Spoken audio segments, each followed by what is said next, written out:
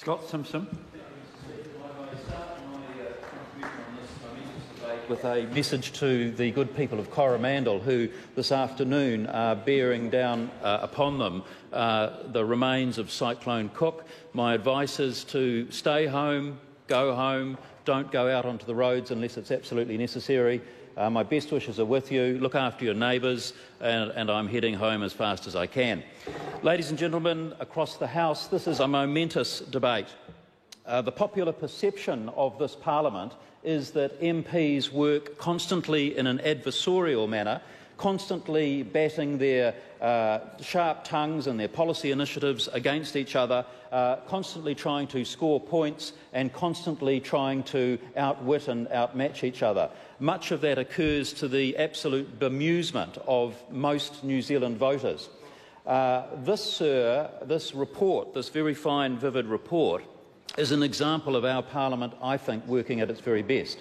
That 35 members of this Parliament, representative of every party in this House, could come together to embark upon a project of common interest, of shared interest in climate change and climate change issues, is, I think, an historic and momentous event. And I wish to thank Dr Kennedy Graham, who chairs the New Zealand chapter of Globe.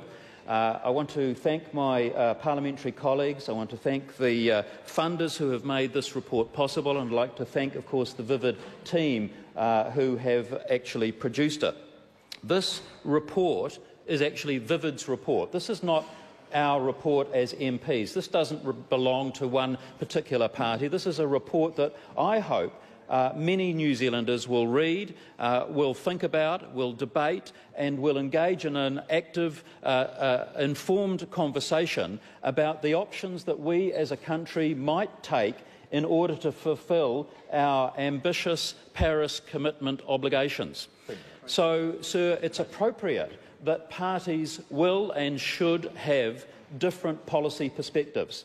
There will be differences across this Parliament about how we might, as a party or as a government or as a nation, achieve those climate change commitments that we as a nation have signed up to.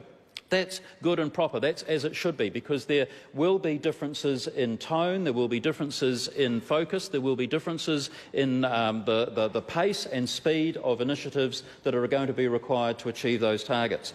And that's something that we shouldn't shy away from. It's something that we shouldn't shirk from. Sir, this report and the various scenarios that are enunciated in it and are given up for debate and discussion are all long-term. We've got ourselves as a world into this situation over a long period of time, and it's going to take us a long period of time to change the direction in which we are going, in which we're travelling. Some would say that we don't have much time, and I am of that opinion. So I'm very fascinated by the various scenarios that are presented to us.